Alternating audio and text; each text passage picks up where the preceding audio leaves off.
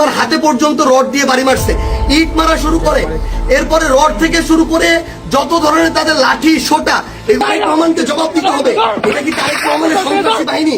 যেই বাহিনী এই সরকারকে, এই স্বরাষ্ট্রমন্ত্রীকে হুঁশিয়ার বলতে চাই, প্রধানমন্ত্রী তারেক রহমানকে বলতে চাই, যদি রক্ত নিয়ে খেলতে চান রক্ত নিয়ে খেলা হবে। স্বরাষ্ট্রমন্ত্রী নিরাপত্তা দিতে না পারায় তিনি ব্যর্থ হয়েছেন। অবিলম্বে তাকে পদত্যাগ করতে হবে এবং নতুন যোগ্য দায়িত্ববান ব্যক্তিকে বসাতে হবে। বিচার অবিলম্বে নিশ্চিত করতে হবে। বিচার যদি নিশ্চিত না করা হয়, এই সরকার কোনোভাবেই 5 বছরের মেয়াদ সম্পূর্ণ করতে পারবে না। আজকে যারা হামলা করলো তারা পর্যন্ত আজকে মাথা উঁচিয়ে কথা বলতে পারছে। এরা যাদের কারণে আজকে সিন্ডি খাচ্ছে, এদেরকে আজকে উল্টা হামলা করছে। হবিগঞ্জ থেকে ফেরার পথে এনসিপি নেতা সার্জিস আলম এমনকি নাসিরউদ্দিন পাটোয়ারির উপর হামলা করে বিএনপির নেতাকর্মী, আর সেখানেই গুরুতরভাবে আহত হয়ে মৃত্যুর সাথে পাঞ্জা লড়তেছে সার্জিস আলম এমনকি নাসিরউদ্দিন পাটোয়ারি, যেটা রীতিমতো গোটা দেশে ভাইরাল। এই ঘটনার ফলে কঠিন বিপদে রয়েছে তারেক রহমান। হঠাৎ করে কেন বিএনপির নেতাকর্মীরা সার্জিস আলম এমনকি নাসিরউদ্দিন পাটোয়ারির উপর হামলা করলো, আর রহস্য জানলে বন্ধুরা আপনার চোখ কপালে উঠবে। তাদেরকে দুনিয়া থেকে না ফেরার দেশে পাঠানোর প্ল্যান করেছে তারেক রহমান। তো দর্শক চলুন আগে আমরা বেশি বাড়তি কথা না বলে ভিডিও স্ক্রিনে চলে যাই। কারো হাত ভেঙে গেছে, কারো মাথা ফেটে গেছে, ক্যামেরা ফোন সব ওই জিকে গৌসের ছাত্রদল যুবদলের সন্ত্রাসী বাহিনী সব নিয়ে গেছে। এবং আমাদের একজন ভাইয়ের চোখে রড দিয়ে যখন গুতা মারছে, তার চোখ বের হয়ে আসার মতো অবস্থা, আরেকজনের মুখে রড দিয়ে বাড়ি মারছে। এই ভাইদেরকে এবং উনি আমার জেলা সেক্রেটারি এনসিপির, উনি একজন ভাইকে বাঁচাইতে গিয়ে রড দিয়ে উনার এই কনুই ভেঙে শেষ করে দেওয়া হয়েছে। আপনারা একটু কাছে নিয়ে আসেন, আপনারা যদি দেখেন যে এখানে উনার হাতটার কি অবস্থা হয়েছে, এই জায়গায় মানে এটা ধরার মতো কোনো অবস্থা নেই। এখানে মাথায় এই যে রড দিয়ে প্রত্যেকটা জায়গায় বাড়ি মারছে। আমরা যখন আমাদের এই আহত 7-8 জন ভাইকে নিয়ে সদর হাসপাতালের দিকে যাইতেছিলাম তাদের চিকিৎসার জন্য, তখন সদর হাসপাতালের সামনে ওই 24শে জুলাইয়ের সময় যেমন খুনি বাহিনী যেভাবে আক্রমণ করছিল হাসপাতালের গেটে, ঢাকা মেডিকেলের গেটে, ওইভাবে আমাদেরকে খুনি বাহিনী এইখানে ছাত্রদল যুবদলের সন্ত্রাসী ক্যাডাররা, জিকে গাউসের ক্যাডাররা, তারা আমাদেরকে আক্রমণ করে হাসপাতালে পর্যন্ত ঢুকতে দেয় নাই। কারণ আমি যখন আমার ভাইদের নিয়ে যাচ্ছিলাম, তারা আমার হাতে পর্যন্ত রড দিয়ে বাড়ি মারছে, ইট মারা শুরু করে, এরপরে রড থেকে শুরু করে যত ধরনের তাদের লাঠি সোটা, এগুলো তারা মারা শুরু করে। এবং ওইখানে আমাদের ছাত্র শক্তি, যুব শক্তির, এনসিপি অনেক ভাইকে তারা ওইখানে মানে ওই সবার সামনে ওইখানে পিটায়। এবং আমরা এখানে পুলিশ দেখলাম, আমাদের সামনে থাকা তো দূরের কথা, আমাদের সাথে থাকা তো দূরের কথা, এত বড় হামলার পরে তারা পিছনে দাঁড়ায় দাঁড়ায় নাটক দেখতেছে। এই ছিল অবস্থা। এই যদি হয় বাংলাদেশের অবস্থা, তাহলে তারেক রহমানকে জবাব দিতে হবে। এটা কি তারেক রহমানের সন্ত্রাসী বাহিনী? যেই বাহিনী মানুষের উপরে এইভাবে শুধুমাত্র দ্বিমত করার কারণে, সমালোচনা করার কারণে এভাবে আক্রমণ করতেছে। সালাউদ্দিন আহমেদকে জবাব দিতে হবে। তারা কি এই জিকে গাউসদেরকে এই সন্ত্রাসী কার্যক্রমের ঠিকাদারি দিয়ে রাখছে কিনা, এর বিচার না হওয়া পর্যন্ত আমরা হবিগঞ্জে আছি। যদি পারে আমাদেরকে মেরে ফেলবে, এখান থেকে প্রয়োজনে আমাদের লাশ যাবে, কিন্তু এর বিচার, এর জবাব তারেক রহমানকে দিতে হবে। স্বরাষ্ট্রমন্ত্রী নিরাপত্তা দিতে না পারায় তিনি ব্যর্থ হয়েছেন। অবিলম্বে তাকে পদত্যাগ করতে হবে এবং নতুন যোগ্য দায়িত্ববান ব্যক্তিকে বসাতে হবে। বিচার অবিলম্বে নিশ্চিত করতে হবে। বিচার যদি নিশ্চিত না করা হয়, এই সরকার কোনোভাবেই 5 বছরের মেয়াদ সম্পূর্ণ করতে পারবে না। যারা সমঝোতা করছে, যারা নতুন করে স্বপ্ন দেখছে আওয়ামী লীগকে রাজনীতিতে পুনর্বাসিত করার, তাদের পরিণতি আওয়ামী লীগের মতোই হবে। আমরা স্পষ্টভাবে বলতে চাই, আইনমন্ত্রী বিচার করা না করার কারণে তিনি স্পষ্ট ব্যর্থ হয়েছেন। তথ্যমন্ত্রী তিনি স্পষ্টভাবে ব্যর্থ হয়েছেন। আওয়ামী লীগের সুশীল সমাজকে তিনি মিডিয়া স্পেস দিচ্ছেন। এই সব কিছুই বাংলাদেশের জনগণ দেখছে। আমরা স্পষ্টভাবে বলতে চাই, গণহত্যার মাধ্যমে আওয়ামী লীগ বিচারের কাঠগড়ায় দাঁড়িয়েছে, আর সংস্কার বাস্তবায়ন না করার ফলে বিএনপি জনগণের কাঠগড়ায় দাঁড় হয়েছে। এই দুই শক্তির বিরুদ্ধে আমাদেরকে এখন সমানভাবে লড়াই চালিয়ে যেতে হবে। সংস্কার, বিচার এবং বাংলাদেশের সার্বভৌমত্ব রক্ষার জন্য 11 দলীয় ঐক্যের নেতৃত্বে আমাদের এই লড়াই সংসদ এবং সংসদের বাইরে আমরা চালিয়ে যাব। আপনারা সেটার জন্য কি প্রস্তুত রয়েছেন? আমরা জড়ো হয়েছি বিচারের দাবিতে। এটা আমাদের জন্য দুঃখজনক, আমাদের জন্য হতাশার যে গণ অভ্যুত্থানের 2 বছরের মাথায়ও আমাদেরকে বিচারের দাবিতে আজও রাজপথে হাজির হতে হচ্ছে। আওয়ামী লীগ বিগত 16-17 বছরে অসংখ্য গুম, খুন, গণহত্যা চালিয়েছে এদেশের সাধারণ মানুষের উপরে, বিরোধী দলীয় নেতাকর্মীদের উপরে। তার ফলশ্রুতিতে গণ অভ্যুত্থানের মুখে পরে শেখ হাসিনাকে পালিয়ে যেতে হয়েছিল দিল্লিতে। আমরা আজকে এই সমাবেশ থেকে বলতে চাই, জুলাই গণহত্যা সহ, শাপলা হত্যাকাণ্ড সহ, পিলখানা হত্যাকাণ্ড সহ সকল গুম, খুন এবং শরীফ ওসমান হাদি হত্যাকাণ্ডের বিচার অবিলম্বে নিশ্চিত করতে হবে। এই সরকার, নতুন সরকার গঠিত হওয়ার পরে গত 4 মাসে আইসিটিতে নতুন কোনো রায় আমরা এখন পর্যন্ত দেখি নাই। নতুন কোনো তদন্তের রিপোর্ট এখন পর্যন্ত দাখিল হয় নাই। এটা স্পষ্টত যে চিফ প্রসিকিউটরকে বসানো হয়েছে তিনি দায়িত্ব পালনে ব্যর্থ হয়েছেন। অবিলম্বে তাকে পদত্যাগ করতে হবে এবং নতুন যোগ্য দায়িত্ববান ব্যক্তিকে বসাতে হবে, যিনি এই আন্তর্জাতিক ট্রাইব্যুনালের মাধ্যমে বিচার নিষ্পন্ন করবেন এবং দল হিসেবে আওয়ামী লীগকে নিষিদ্ধ করার সকল ব্যবস্থা নিশ্চিত করবে। শরীফ ওসমান হাদি হত্যার বিচারকে আমরা নিশ্চিত করব ইনশাআল্লাহ। সেই সকল হত্যাকাণ্ডের বিচার আমরা নিশ্চিত করব। এবং আরেকটি কথা বলে দিতে চাই, আওয়ামী লীগ একটি ফ্যাসিস্ট, গণহত্যাকারী এবং সন্ত্রাসবাদী সংগঠন। আওয়ামী লীগ দেশের স্বাধীনতা, সার্বভৌমত্ব বিরোধী সংগঠন, যার আশ্রয় হয়েছে দিল্লিতে, কারণ আওয়ামী লীগের শেকড় রয়েছে দিল্লিতে। আওয়ামী লীগ একটি ভারতীয় পার্টিতে পরিণত হয়েছে, আগাগোড়ায় এটি একটি ভারতীয় পার্টি ছিল। ফলে আওয়ামী লীগের দেশে আসার, আওয়ামী লীগের রাজনীতি করার সুযোগ বাংলাদেশে 5ই আগস্টেই সমাপ্ত হয়েছে। ফলে ওসমান হাদির ভাষায় বলতে চাই, আমরা জান দিব কিন্তু জুলাই দিব না। ইনশাল্লাহ জুলাইয়ের বিজয় হবে। আসসালামু আলাইকুম। মারছে, প্রচুর মারছে। আহারে, নাসিরউদ্দিন পাটোয়ারি, সার্জিস আলম সহ আরো অনেক এনসিপির নেতা কর্মীরা প্রচুর মার খেয়েছে। ব্যাট দিয়া থাকে না, আমরা যেমন জাল ফালাইয়া মাছ ধরি, এরকম ব্যাট দিয়া মারছে অনেক এনসিপি নেতাদের অভিযোগ। পরান কাঁপে নাই।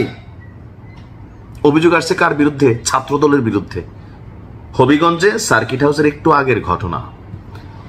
আওয়ামী লীগের নেতা কর্মীরা দেখছি ফেসবুকে খুশিতে লিখতেছে ঠিক আছে ঠিক আছে, আবার কেউ কমেন্টও লিখতেছেন একদম আরো মার। মানবতা কিন্তু উঠে গেছে ভাই, এগুলো ভালো না। অন্যের মাইর খাওয়ায় যে ব্যক্তি খুশি হয়, আপনারা যেদিন মারবে সেদিন অন্যরাও বলবে ঠিকই আছে।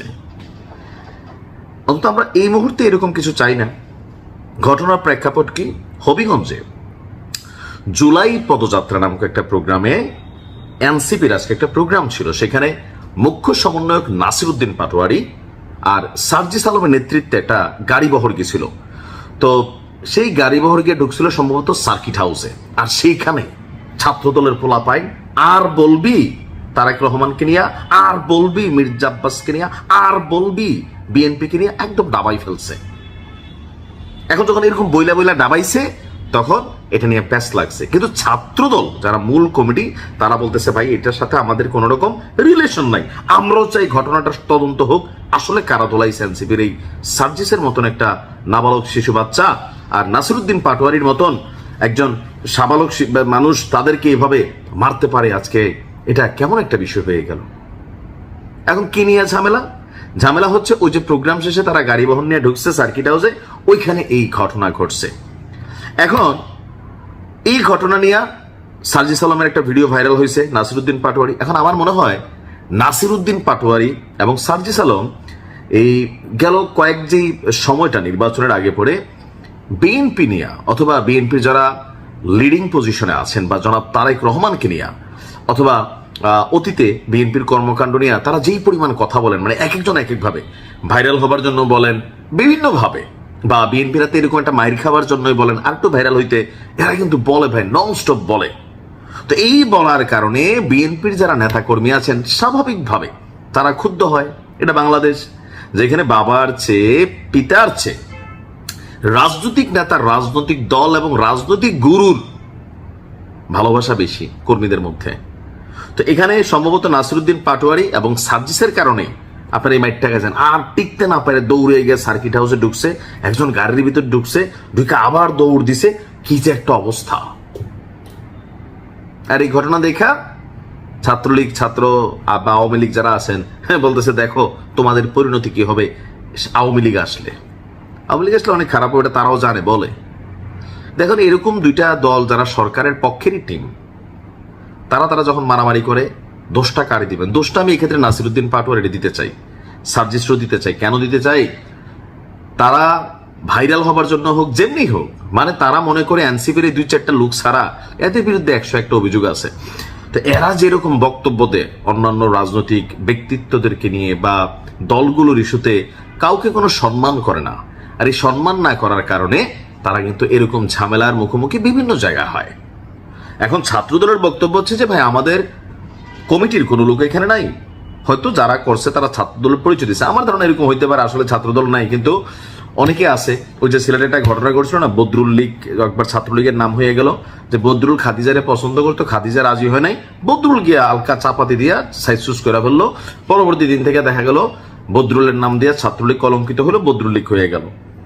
এখন বদরুল তো ব্যক্তিগত ঘটনা ঘটাইছে। এখন এই ঘটনা যারা ঘটেছে তারাও হয়তো বিএনপির একনিষ্ঠ ভক্ত, কিন্তু আসলে কোনো পদ পদবিতে নাই। আবার হইতে পারে এটা আওয়ামী লীগেরই কোনো গ্রুপ, ছাত্রলীগের কোনো গ্রুপ, যে একটা উসিলা দিয়ে আওয়ামী লীগের উসিলা তো মারা যাবে না, তো এরকম একটা উসিলাতে মার দিয়ে ফেলি। এখন যেহেতু ছাত্রদল দাবি করছে ঘটনার তদন্ত হোক, অর্থাৎ তারা মেক শিওর আছে তারা ঘটায় নেয়। এখন একটু পরে তারা বক্তব্য দিল, বাট সার্জিস তারা এটাই বলছে যে এটা ছাত্রদল তারা ঘটাইছে। এখন সত্যমিত আল্লাহ ভালো জানে কে কি করছে না করছে, তবে এগুলো আসলে মানে কামনীয় না। মিলেমিশে থাকতে হবে ভাই, ক্ষমতার বেলায় মিলেমিশে থাকাটা বড় কঠিন। এই ভাঙচুর করা হচ্ছে, সেই গাড়িতে হবিগঞ্জে গিয়েছিল বাংলাদেশের বর্তমান প্রজন্মের 2 পরিচিত মুখ, যারা কথায় কথায় এটা করব সেটা করব, ছিঁড়ে ফেলবো, ফাটিয়ে ফেলবো বলে না, সেই তথাকথিত নাসিরুদ্দিন পাটোয়ারি এবং সার্জিস আলম। তারা তাদের জাতীয় নাগরিক পার্টির কর্মসূচির অংশ হিসাবে সিলেটের হবিগঞ্জে গিয়েছিল, সেখানে পথসভা করেছে। কি সুন্দর সুন্দর 2টা চেহারা, ইস, এমন মায়ের দিয়েছে, মায়ের খাওয়ার পর চেহারার শেপ পুরো পরিবর্তন হয়ে গেছে। সার্জিস আলমের হাত ফাটিয়ে দিয়েছে, নাসিরুদ্দিন পাটোয়ারিকেও জায়গায় জায়গায় একদম কইরা দিছে। কত বড় বড় কথা, আন্দোলন করব, সংগ্রাম করব, তারেক রহমানকে ফেলে দেব, আওয়ামী লীগকে রাজনীতি করার সুযোগ দেব না, বাংলাদেশে আর আওয়ামী লীগ কখনো রাজনীতি করতে পারবে না, কত কথা। আমি শুধু এদের দেখি আর হাসি। আরে অর্বাচীনের দল, বাংলাদেশ আওয়ামী লীগের একটা উপজেলায় যতগুলা নেতাকর্মী সমর্থক আছে, তোদের পুরো দলে ততগুলা কর্মী সমর্থক নাই। একথা আমার না, লাল বিপ্লবী সাংবাদিক মাসুদ কামাল বলেছিল একটা টক শোতে, যে বাংলাদেশ আওয়ামী লীগের একটা উপজেলায় যতগুলা নেতাকর্মী আছে, ততগুলা নেতাকর্মী জাতীয় নাগরিক পার্টি এনসিপির সারা বাংলাদেশেও নাই। নাহিদ ইসলামের একটা বক্তব্যের উপর ভিত্তি করে বলেছিল, দেখ ভাই, তোদের অনেক বয়স কম, অল্প বয়স, আমাদের থেকে অনেক কম, অল্প বয়সে টাকা পয়সা পেয়েছিস, ক্ষমতার কেন্দ্রবিন্দুতে চলে গিয়েছিস, যা ইচ্ছে তাই করছিস, বলি কি এখন একটু থাম, যদি পারিস দেশটার থেকে চলে যা, যদি বাঁচতে চাস, কারণ তোদের ভবিষ্যৎ ভালো না। এখনো বাংলাদেশ আওয়ামী লীগ আসে নাই, বঙ্গবন্ধু কন্যা ডিসেম্বরে বাংলাদেশে ফিরলে তোদের কি হবে তোরা কি বুঝিস? আওয়ামী লীগের নেতাকর্মীদের উপর তোরা যা করেছিস, এগুলার 10% যদি তোদের উপর ফিডব্যাক আসে, তোরা কি নিতে পারবি? আওয়ামী লীগ একটা অনুভূতির নাম, এনসিপির মতো ভেসে আসা কোন সংগঠন না, বিএনপির মতো সেনা ছাউনিতে সৃষ্টি হওয়া কোনো সংগঠন না। এই সংগঠন বাংলাদেশের মা, মাটি এবং মানুষের প্রয়োজনে সৃষ্টি হয়েছিল। বাংলাদেশের মানুষ এই সংগঠনকে ভালোবেসে সৃষ্টি করেছিল, বাংলাদেশের মানুষ এই সংগঠনকে এখনো ভালোবাসে। পৃথিবীর যে প্রান্তে তোরা যাবি, তোদের এরকম অবস্থা হবে। আজকে হবিগঞ্জে আওয়ামী লীগ পিটিয়েছে, পেটায়নি। হবিগঞ্জ জেলা ছাত্র দল এবং ওইখানকার একটা উপজেলা ছাত্র দলের নেতাকর্মীরা তোদেরকে এমন পিটানো পিটিয়েছে, তোদের হাতের রক্ত বের করে দিয়েছে, তোদের গাড়ি ভাঙচুর করেছে, নাসিরুদ্দিন পাটোয়ারিকে চিপা মার দিয়েছে। চিপা মার বুঝেন, মানে যেসব জায়গায় মারার পর চাইলেও দেখানো যায় না পাবলিকলি, ওইসব জায়গায় নাসিরুদ্দিন পাটোয়ারিকে মেরেছে ছাত্রদল, কারণ লাগামহীন বক্তব্য। নাসিরুদ্দিন পাটোয়ারি কথায় কথায় তারেক রহমানকে হুমকি দেয় না, ধামকি দেয় না, হুঁশিয়ারি দেয় না। আরে ভাই, সে রানিং প্রাইম মিনিস্টার। বিএনপি যেমন দলই হোক না কেন, বিএনপির তো একটা জনসমর্থন আছে, বিএনপির তো কর্মী সমর্থক সারা বাংলাদেশে আছে। তোদের কি আছে ভাই? তোদের তো পায়ের নিচে মাটি নাই, তোদের মাথার উপর আকাশ নাই। তোরা যেভাবে কথা বলিস, এগুলা রাজনৈতিক ভাষা হতে পারে না। রাজনৈতিক সংস্কৃতিকে তোরা ধ্বংস করেছিস 5 আগস্টের পর। অশ্লীলতা, অশ্রাব্য স্লোগান এগুলা জন্ম দিয়েছে কে?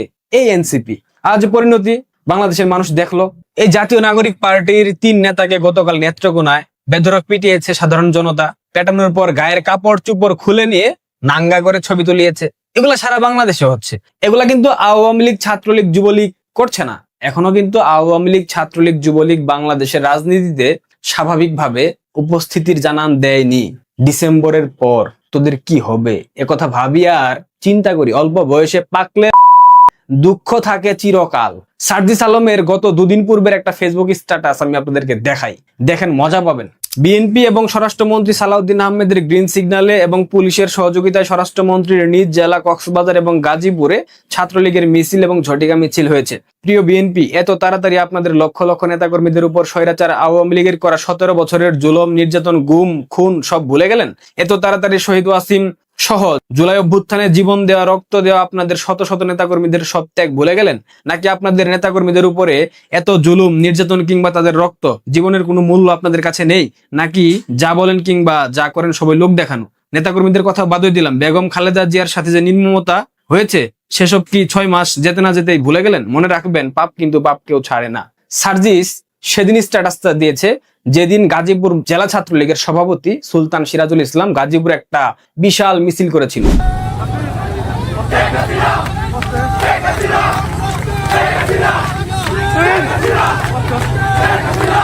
এই মিছিলের পর সার্জিসদের মাথা নষ্ট হয়ে গেছে। এরপর বিএনপি কে উস্কে দিচ্ছে যে বিএনপি ছাত্রলীগের উপর যাতে আরো চড়াও হয়, ছাত্রদল যেন ছাত্রলীগের উপর আরো চড়াও হয়। কিন্তু এরা সকাল থেকে সন্ধ্যা বিএনপি কে হুঁশিয়ারি দেয়, হুমকি ধামকি দেয়। বিএনপি কে আধা ঘন্টার মধ্যে সরকার পতন ঘটাবে।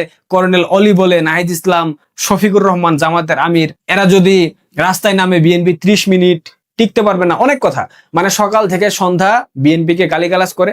কেন জুলাই সনদ বাস্তবায়ন করা হলো না, কেন বিএনপি জুলাই স্পিরিটের বিরুদ্ধে কাজ করছে, কেন গণভোটের রায় বিএনপি বাস্তবায়ন করছে না, এগুলো অনেক কথা বলে বিএনপি কে দিনরাত গালিগালাজ করে এই নাসিরউদ্দিন পাটোয়ারি, সার্জিস আলম এবং হাসনাত আব্দুল্লাহ। আজকে বিএনপি কে উস্কে দিতে গিয়ে বিএনপির হাতেই যে মাইরটা এরা খেয়েছে, এদের চেহারা কিন্তু ভস্কায় গেছে।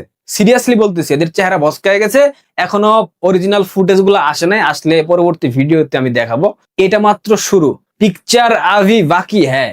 সার্জিস আলম, নাসিরউদ্দিন পাটোয়ারি, অপেক্ষা করো, তোমাদের ভবিষ্যৎ আমরা দেখে যাব।